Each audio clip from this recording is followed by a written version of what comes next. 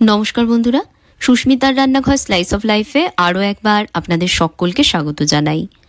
পনির দিয়ে খুবই সহজ আর ঝামেলাহীন ওয়ান পট পনির রেসিপি আজ তৈরি করে দেখাবো। পেঁয়াজ রসুন ছাড়া সম্পূর্ণ নিরামিষ এই পদে আলাদা করে কিছু ভাজা বা রান্নার ঝক্কি নেই।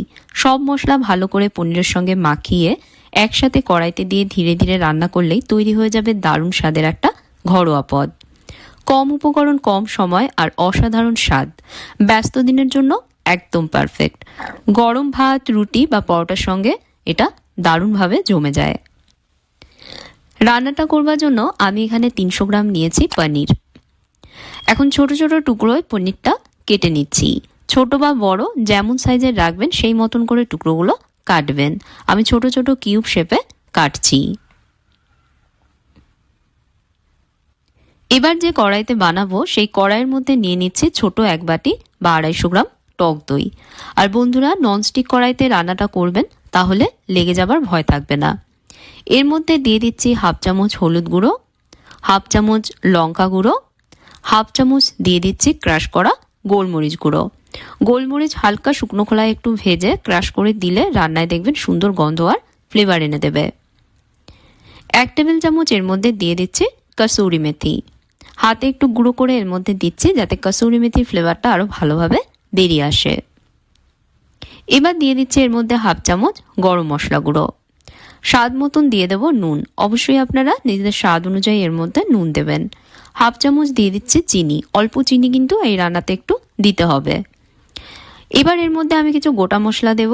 গোটা মশলায় নিয়েছি আমি 2টো শুকনো লঙ্কা, দারচিনি, 2টো ছোট এলাচ আর 5-6টা লং।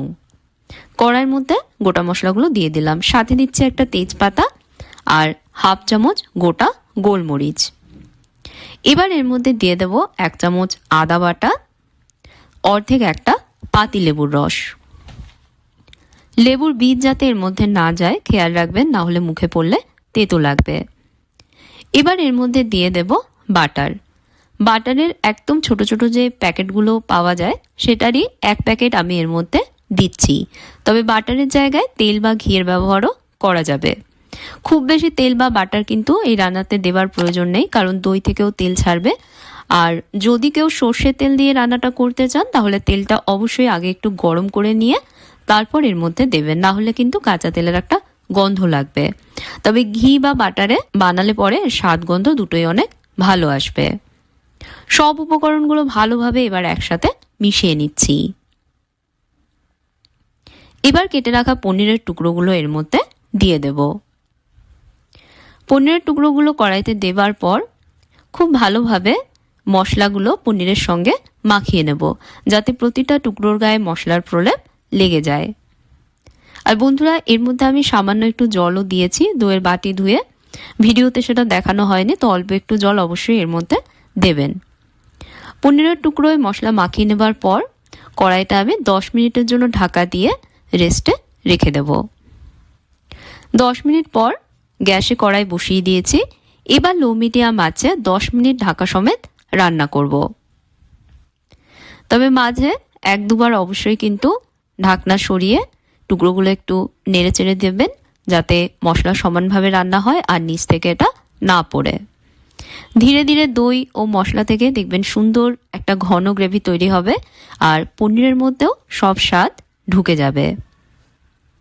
কম আঁচে এভাবে রান্না করলে দেখবেন বন্ধুরা, পনিরগুলো একদম সফট থাকবে আর খেতেও অনেক ভালো লাগবে। আমি এভাবে 10 মিনিট রান্না করেছি। দেখুন গ্রেভির ওপর তেল ভেসে উঠেছে। এবার এর মধ্যে দেব 5-6টা চেরা কাঁচা লঙ্কা, সুন্দর ফ্লেভারের জন্য, এতে ঝাল হবে না।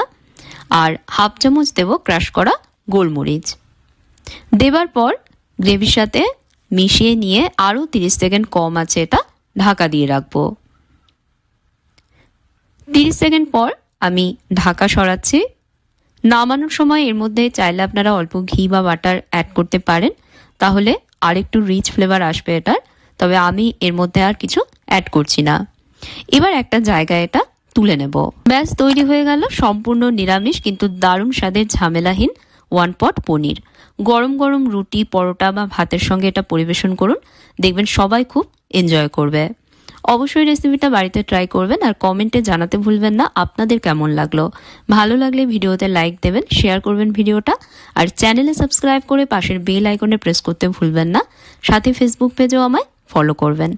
তাহলে আজকের মতন বিদায় নিচ্ছি বন্ধুরা, আপনারা ভালো থাকবেন, ভালো রাখবেন, ধন্যবাদ।